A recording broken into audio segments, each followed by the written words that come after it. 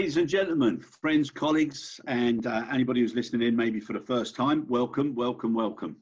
Today we've got somebody who's been on before, Sebastian Scholte. Sebastian's the former chairman of Tiaka and also former CEO of Jan de Rijk, well known in the industry and currently doing many advisory roles. So Sebastian, lovely to have you back on again, sir. My pleasure, Chris, always. Yeah, likewise, likewise. You always make me smile, Sebastian, every time I see you. So I'm always happy to see you, as you can imagine. Yeah, the same here. Now, Sebastian, I posted your article a few days ago and it's got a lot of interest. So firstly, thanks very much for coming on in such short notice. And I thought it'd be nice to have a chat and a catch up and also to go over a few of the points that you raised in the article. So hope you don't mind. No, sure. Love to. Right, good man. Now, do you want to give us a little bit of background as to what you're currently doing? Well, currently I started a couple of months ago. I started with Michael Sales, a company. It's called IMC Careers, where we try to encourage young talent to join our lovely industry of the air cargo industry and later on the logistics industry, because there's a lack of talent, or there was a lack of talent. I still think there's a lack of talent. But it was a lot more it was a lot more pressing at that time. And obviously, we all know what has happened in the meantime to recruiting and to the airline industry. So we put that project on hold for the moment. Okay, and Michael is a good character, full of energy, incredible energy for his age. Yeah, sure. Yeah, it's very good. Okay, good. So you're keeping your hand in. Now, about the article, Sebastian, what motivated you to write the article?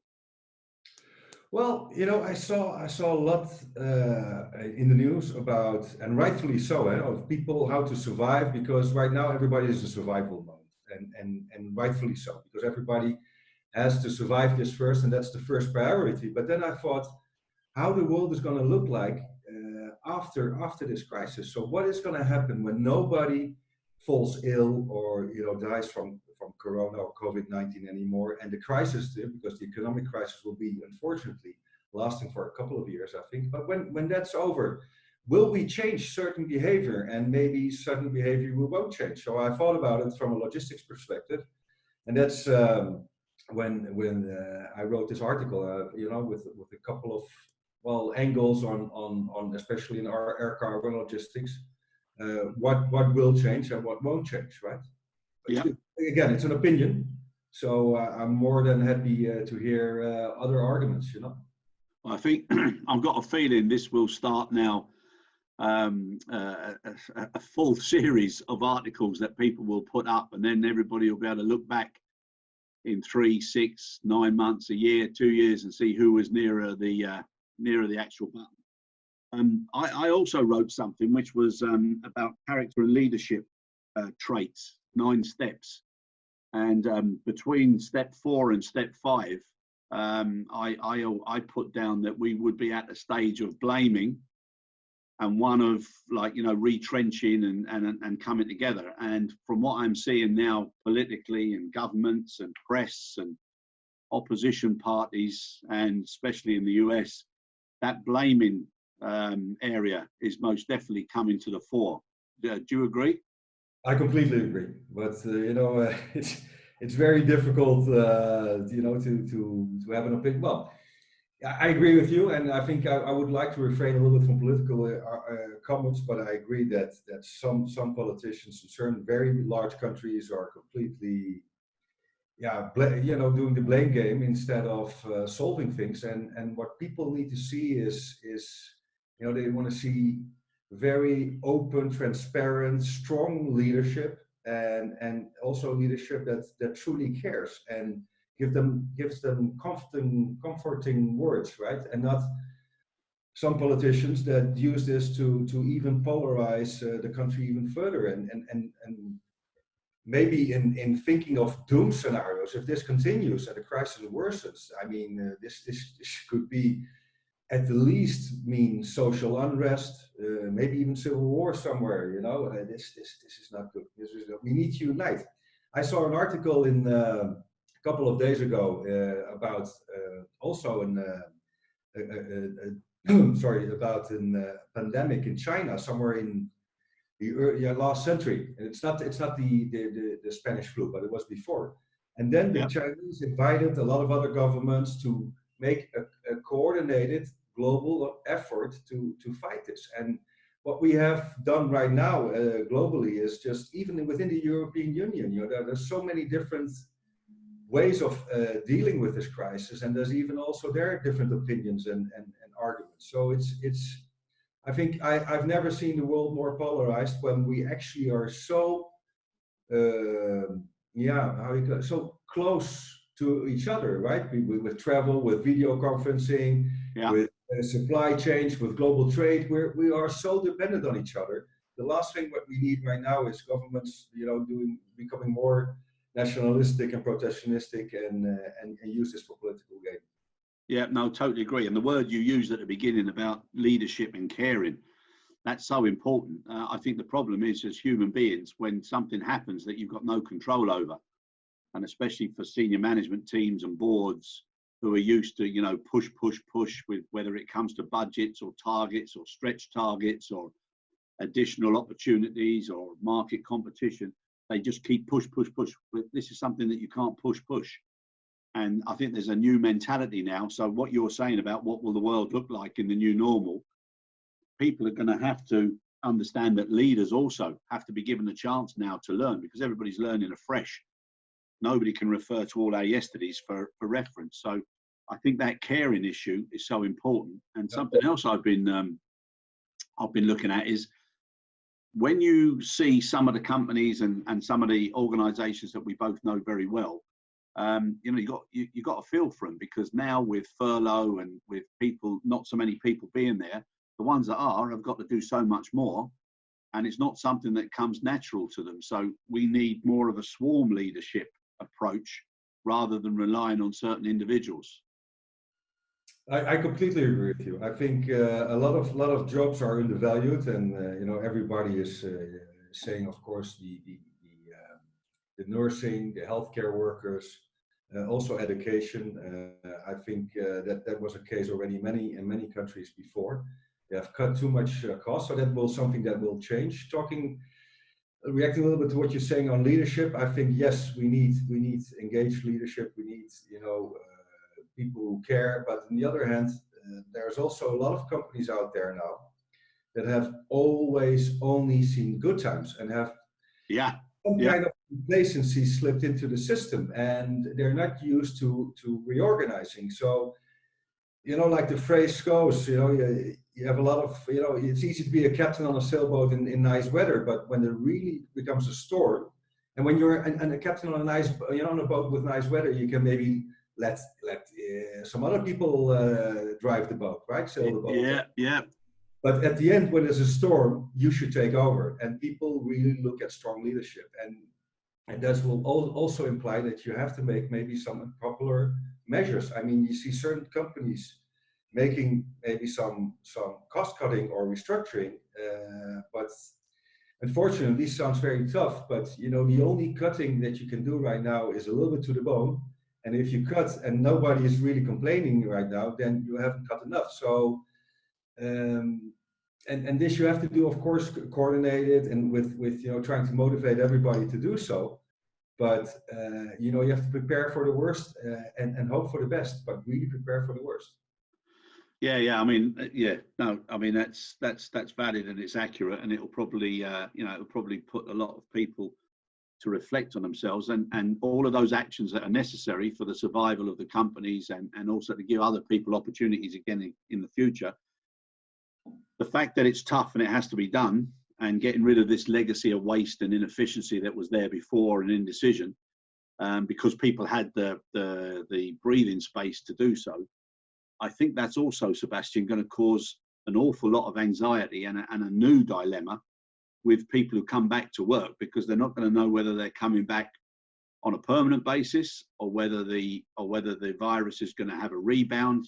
And I'm not an expert, but in my opinion, it's definitely going to have one or two or maybe more rebounds before there's a vaccine or before there's a support mechanism that can actually combat it once people catch it. So I think people are going to be very, very, very wary, and everybody's going to be nervously looking at the exit strategies and what the impacts are of, like you said, the different exit strategies, which surprises me.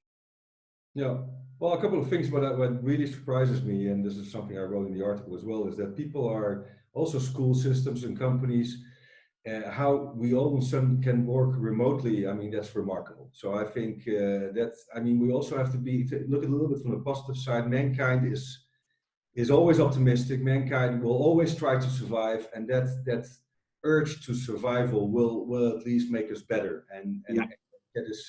get us through this. On the other hand, I mean, like you just said, we don't know how long it's going to last. All of a sudden, everybody you talk to, including myself, sometimes we all think we're experts on this when we really are not. And imagine the politicians nowadays, and maybe some larger companies as well. We have to make really difficult decisions, or they have to make really difficult decisions, because whatever they do, somebody is going to be affected by it. Yeah. So I think it's difficult. What for me, and this is my personal opinion, I think this situation of half the world population being isolated, I think this is not sustainable to last for a year, because maybe certain countries can afford it economically, but even look at the US. I mean, at this date, I mean, 1 in every 6 working Americans lost their job in the last 5 weeks. I mean, this is going to continue. Their healthcare system is not coped with people being unemployed, and I mean, look at the third world in Africa, Latin America. You will get social unrest, and then you get a very, very big moral dilemma. What is worse? Because at the end you will see people dying of poverty, and what of all the misery that is this being causing? What is the price to this? And these are very, very, very, very big moral dilemmas. And you see certain politicians already struggling with it, because on one hand they say we have to do it, we have to protect, like healthcare workers. They say every life is worth, even if it's a criminal and of 82 years old, we have to save that life, right? I mean, and that's the right moral duty, but it's a difficult one how to continue, and we'll only be able to see this afterwards. So my respect for all these politicians, and certainly some of them are doing very well, and some of them are really, really bad, and that's but they're focusing on the job that they were put into now, which is being there for the people, to protect the people, look after the people, etc. And I agree. And one of the things that I think should be happening, and something that people should learn, is the way that we've got used to everything being in social media and out in the open. A lot of these politicians and their opposition, and it's always good to have somebody who challenges and looks and others, an awful lot of the things they do, they should do behind closed doors. Any politician who comes on the TV or news who says I did or we did, I think those 2 words should be taken out. It should be all of us in collaboration, coordination, cooperation, etc., whatever you want to say, so that the people can see that the people at the top are actually working together. And the point you said about the fallout afterwards, I totally agree. And I remember being at school. It's a long time ago, I know, but I can remember it. And when people were talking about history lessons and certain special subject matter, even going back to the Bible, etc., there was things like poverty, famine, and that is going to come, because there's a lot of countries who still have to get the wave of this, and they're not going to be as well prepared as some of the others. And even some of the others, they've shown that they're not as prepared as they should be. And there's a different level of understanding, there's a different level of spacing, there's a different level of everything. And what we've got to be careful of now is everybody's worried about themselves and their own countries, but what's going to happen as a result? And then when the wave or the tail of the alligator comes round, there's going to be an awful lot of things to consider. So poverty, famine, terrorism, wars, those things are on the horizon if we don't do things differently. I just before this call, I just saw the new edition of The Economist that comes out on Friday morning only, and they always have this great cartoon, and the cartoon shows that the world is fighting with COVID-19 right now, like boxing within a ring. Yeah. a much bigger opponent standing outside of the ring, which is called climate change, right? And I think this is another thing that, of course, it was trending a lot, and people were doing a lot more about climate change. But I think we always said, well, this pandemic, we always talked about maybe a potential virus, but now we see it really happens. I think a lot of people will also see that maybe global warming, can also cause a similar or even worse situation like this. It will not be rapid like this, it will be gradually, but so I think it will gain a lot more momentum as well. Yeah, 100%, Sebastian. And the QHSS&E, those 5 letters that most senior managers, C-suites, boards, etc., see as a cost and never as a benefit, and just something that has to be done and ticked off. There's going to be a lot more focus, especially on the H for health and hygiene. And I think there's going to be a lot more regulatory standards coming out. There's going to be a lot more restrictions on countries doing business between each other if one party is not able to get up to a certain level. So that's going to change. And the E on the end is going to be for everyone and not just environment. Everyone is going to start looking at those things now a lot more differently. Yeah, that's what I actually wrote in my article as well. I think at the end, especially public traded companies will be valued much more on their on their resilience and their sustainability. And Yep. even that means a little bit giving up profitability because you have to have more safety stock, you have to maybe have higher liquidity ratios, you have to do more about the environment, about health. But at the end, you will be there longer to last than maybe the ones that go for a quick buck. Yep, and that brings us nicely into one of the subsections in your article where you're talking about higher inventory levels being maintained now, especially for critical goods. Yeah, like I said, I think now this crisis has shown that whole supply chains were disrupted. If you look, for example, at the automotive industry, even before it really hit Europe, already some automotive manufacturers were coping with supply shortages from China, for example, because there was no manufacturing anymore. So they couldn't build anything anymore. Like I said before, I mean, we're so interconnected in supply chains, and the lean and mean and the just-in-time deliveries. It is all great, and it's all a great management principle and cost effective and being efficient in your operations. But if something happens, I mean, you need to have some safety stock. You need to have a buffer, and if you don't have maybe enough buffer, at least you want to have a production facility closer to you, especially for critical suppliers, that you can immediately make use of it. Like you said before, there's a lot of selfishness going around in certain governments.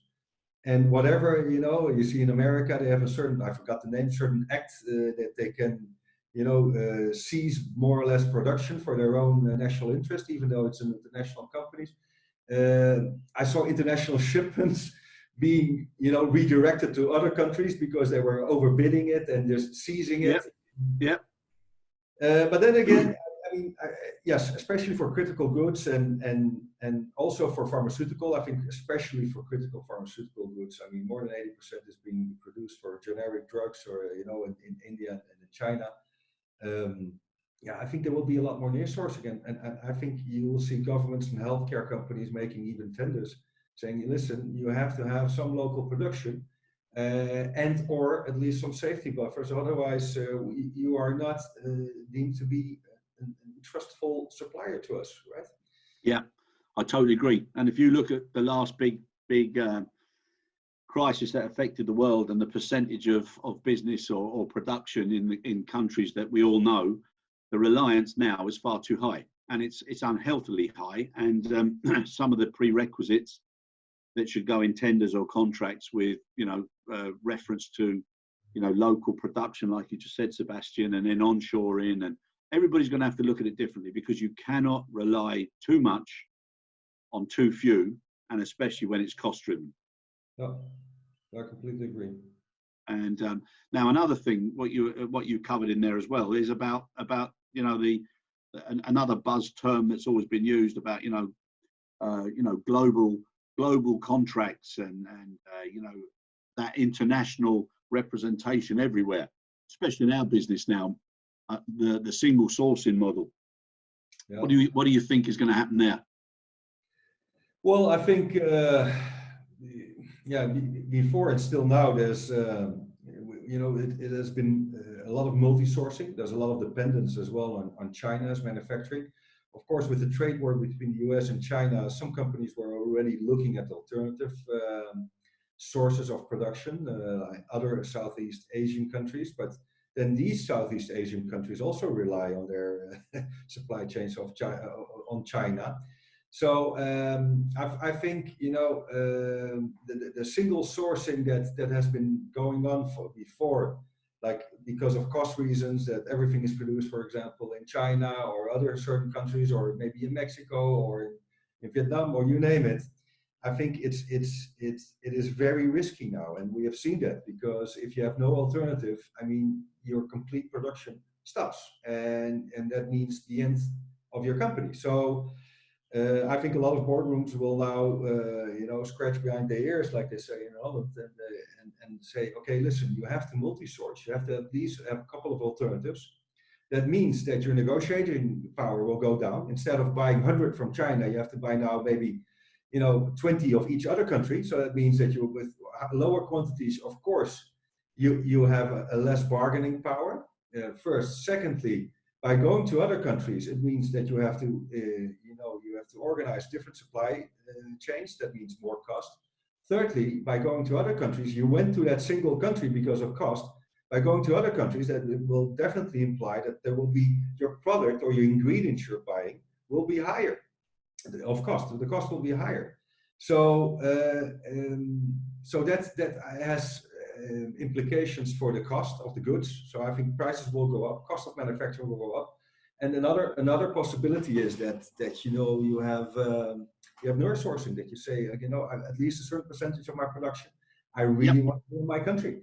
Because so I think single sourcing will no longer be very popular. And I think, it will be multi-sourcing and near sourcing. It will be a combination of that. Yeah, totally agree. Totally agree. And I think, just coming back briefly again to the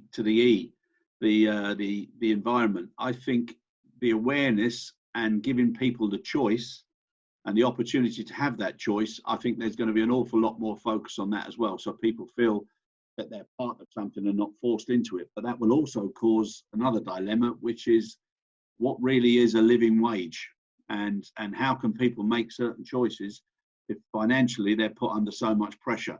So I think some of the items that have risen now from the real heroes of this particular virus, which is all the frontline workers, the care workers, everybody that's keeping the wheels turning, it's making people realize how important they really are, and the manner in which they were, being neglected or overlooked for people that were always thought to be industry drivers, the big corporate guys, etc.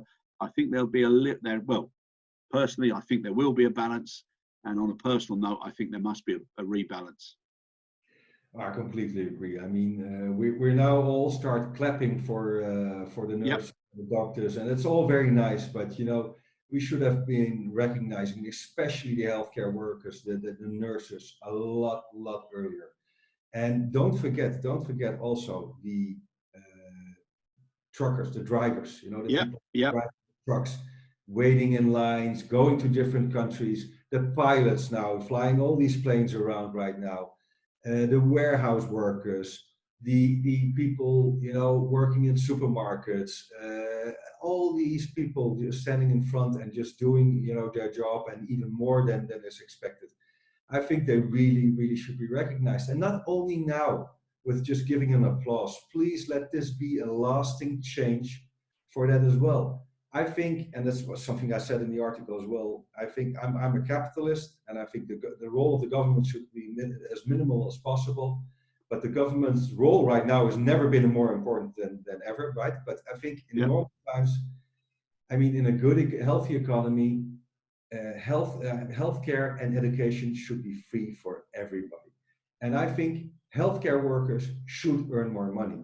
Period. And I'm sure that you will get a momentum right now and afterwards, that the whole population will say, you know what, We don't mind maybe paying later on when the economy is better, later, a little bit more taxes or whatever, just to be able that we, we get the right healthcare workers, and that these people are, that you get influx into the system, that people want to become a nurse because it's paid very well, that people want to become a teacher. Why don't you do a variable system? I think the whole teaching will change as well. I think it will become a lot more online. But that's great, because if you have a very good teacher, why not share it with 1,000 students instead just to a class of 10? And why don't you have higher salaries for teachers as well, but make it a little bit like a company-based remuneration where you have maybe variable pay, and you have a sort kind of a TripAdvisor rating for certain teachers, and with the highest rating they get a higher variable pay, and that will cause that our youth will be better educated, and our youth that is better educated, and our people that are being taken care of for healthcare, those are the foundations of a good society.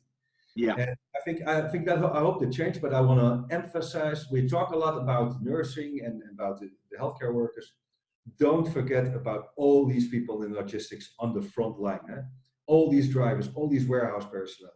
With all the respect, I've seen a lot of drivers, they sometimes, people don't treat them with respect. Please treat these people with respect. They're saving lives right now, and they will do in the future. I hope they will, there will be a little bit more respect for these people as well. No, you're right, Sebastian. And please God, after this, whether it's on TV shows or documentaries or news or commitments from media, to always be recognizing people and saying thanks, so that it doesn't filter out and it doesn't dry up again, and then people are doing nothing but chasing money again. Yeah, correct. Yeah, so no, it's so important. Now, you touched there on the importance of air cargo and and how travel is going to be affected. I think again, people are going to be a little bit fearful until there is a vaccine and until there is some sort of medications that can help if you do get the virus. So until then, there's going to be a definite fear element. So our business, like you said at the beginning, is going to be at least a couple of years going into recession. But for our business alone, I think the passenger travel is going to take many years to get back to anything where it was before. And people are going to be looking differently now at full capacity aircraft, who they're sitting next to, how many people are in the cabin, toilets, catering, check-in, transfer buses to stands, all those things where there's going to be masses and masses of people, and especially at the big hub airports where people are just coming in from everywhere. The whole logistics and management process of that, I think, is going to undergo a huge change now until it settles down into a new normal. I agree with you for the short, medium term. So hopefully, in the next months, maybe 1 to 2 years, that will definitely be the case. But what I wrote in my article is basically when everything is back to normal, no, but there's a cure and there's a vaccine for COVID-19. So there's no threat of a virus anymore. Anybody can hang around with everybody again, and there's no risk of dying. So I think people will go back to normal again, but will be changed forever. And this is my opinion again, and I'm more than happy to listen to other, to hear other counter arguments. But I think especially in business travel, it will be less because we're getting used to so much remote working. Yeah. Business travel, of course, is also a big cost factor. Yep. You and I, we have been traveling a lot on planes, right? And I've been going to meetings just in Beijing for a day, not even going in a hotel, and arriving in the morning, leaving in the night just for a meeting. And if you think about it now, and I also think in a couple of years, that's ridiculous. I mean, the technology is there. We can do a lot remotely. So yes, we'll be flying less, but it doesn't mean that we won't be flying anything anymore on business. I mean, there's still a need for the human touch, the human contact.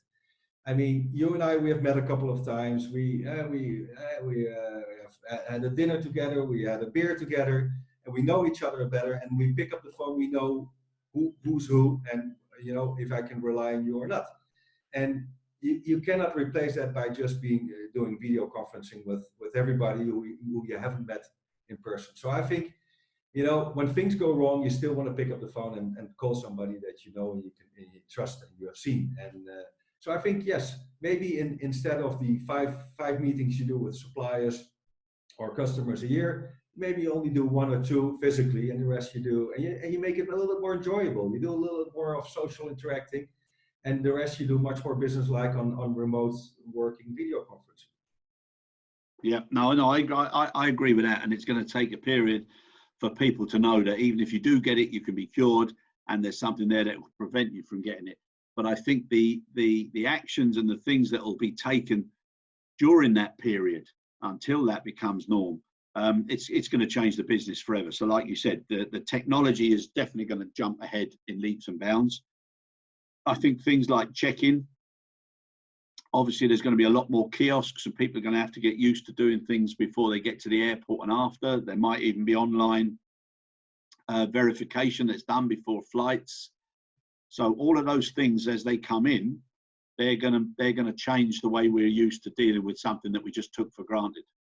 I agree. I think, you know, like in many countries, they say the 2 meter or the 1.5 meter, like for example, in Holland, they apply that social distance economy.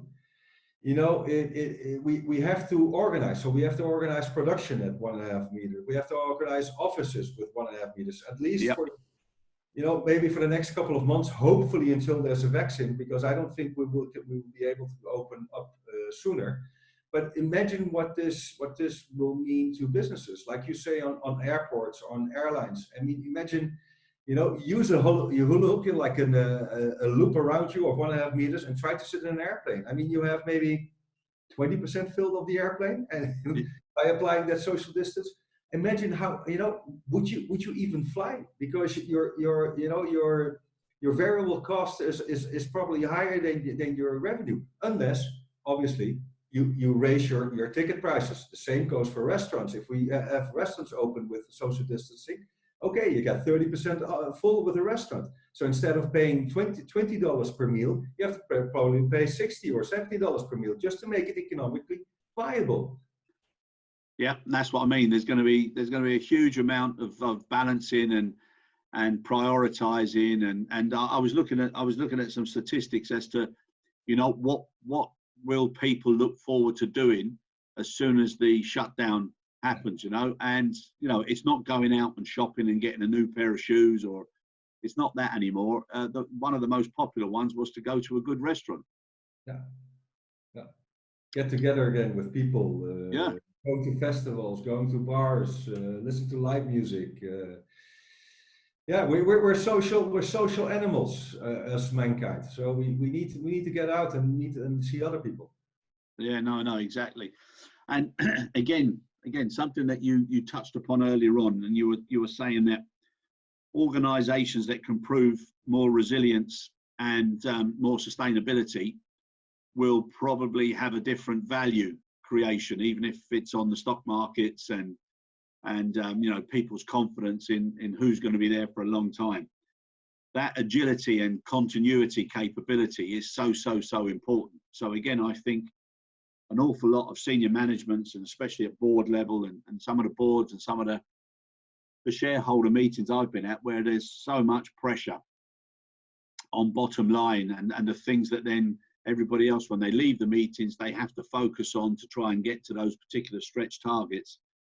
There has to be a more realistic approach now with regards to, you know, people that work in the risk areas, people that work in safety and security, the environment, obviously, areas, and quality. And I think a total different way of thinking and a different way of recognizing who in the hierarchy has got what value, I think that's going to have to change as well.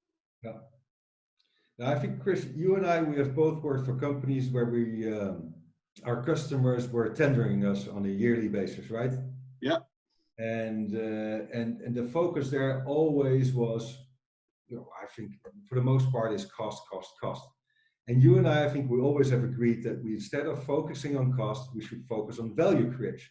Yeah. And what, you know, if you continue to squeeze that lemon, at the end, there's no juice left anymore. And if you, I hope that will change this yearly tendering of especially critical suppliers, because at the end, what you do is, if you as a company become less sustainable with that, because you become at the risk, because if your suppliers are barely surviving, a little thing has to happen, and you're hit as well, right?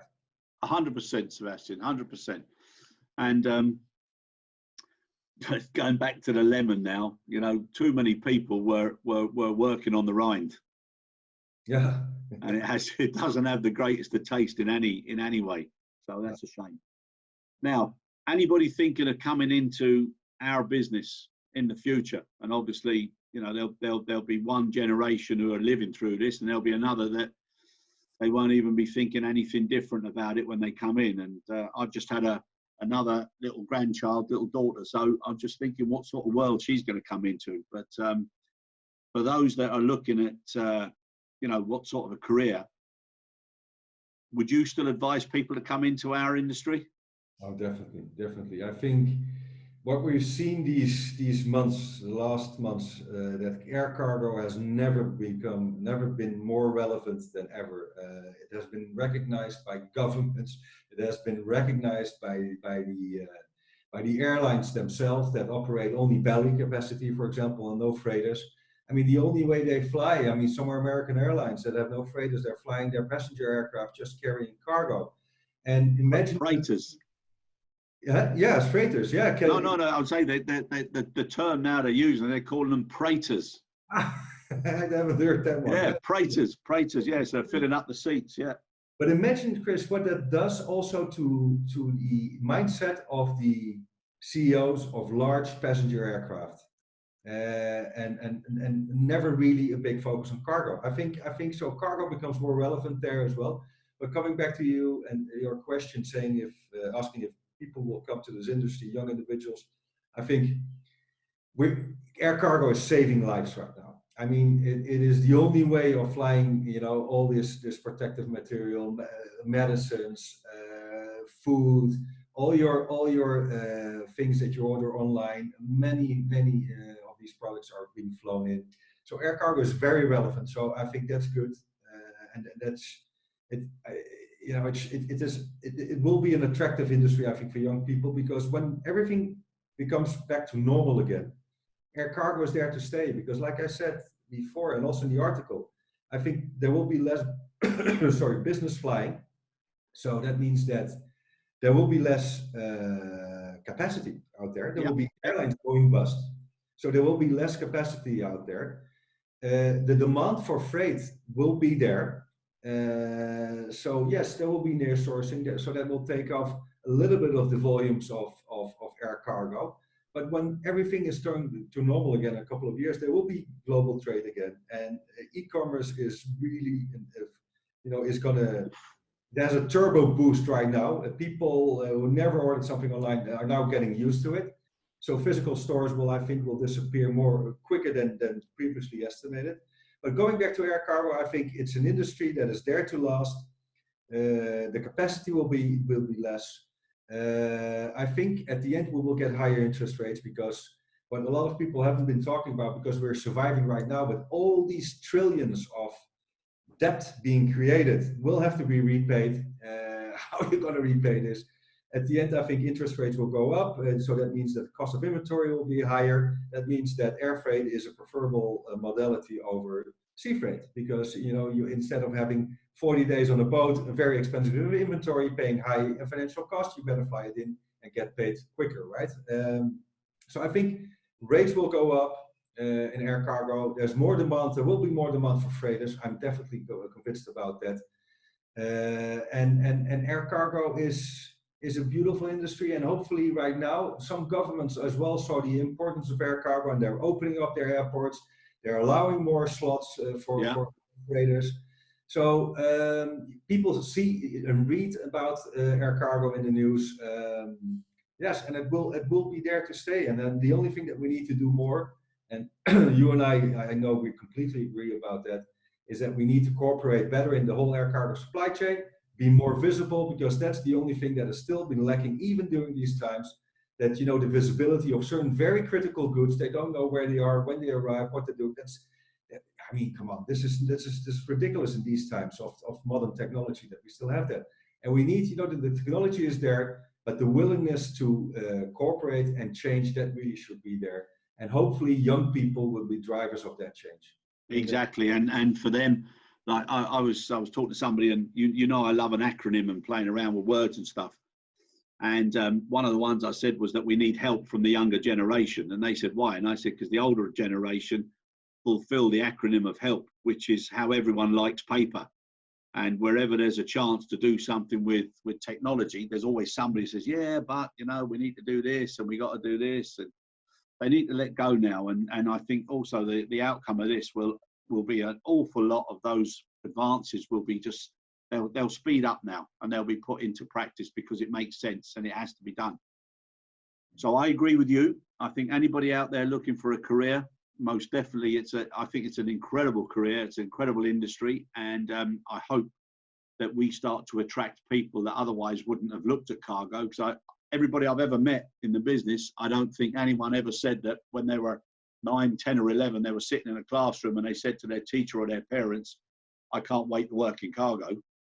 Yeah. It never happened like that. So hopefully now there'll be a different profile.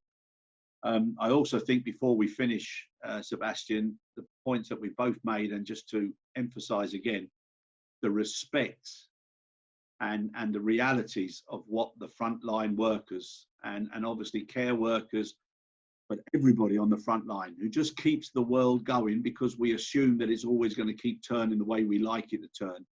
They must now have the history of what they've done now with this, and the reputations and everything that they've done themselves. That must never be forgotten.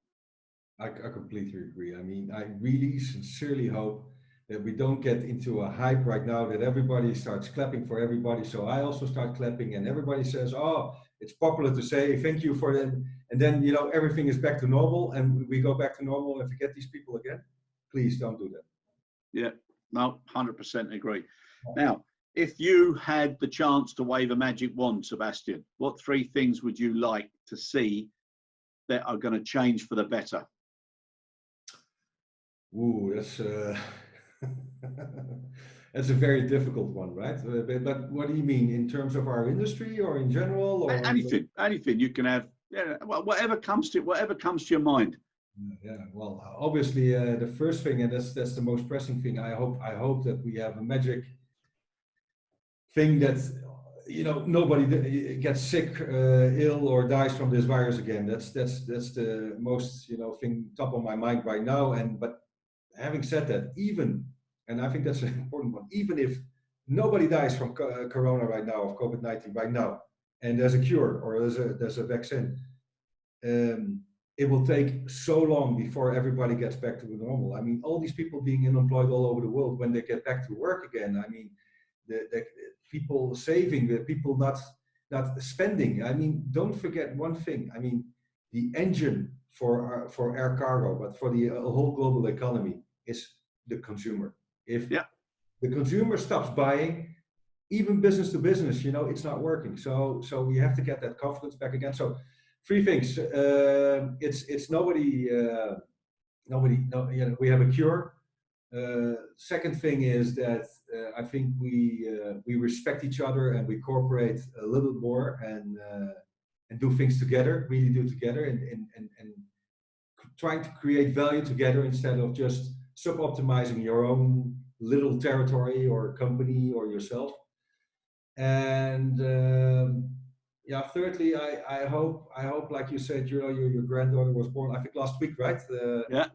Yeah, and you know, yeah, but my daughter, my eldest daughter, I have a younger daughter as well. I hope, you know, they come into a world where, you know, it's a nice world where, you know, where people cooperate and they you know, and it's less polarized. I hope it's less polarized. I really sincerely hope that what is happening right now, the trend that we were talking about in the beginning of this discussion of, you know, this polarizing and making it political gain. I hope we we get a complete, because life is cyclical, right? So we get a counter cycle to this, where people start to reunite things again, like, you know, Great Britain leaving the you know, the Brexit, the trade wars with the US. Come on, guys. I mean, let's do things together and work together. You know. That's one thing that's come out of this. People have stopped talking about Brexit. Yes,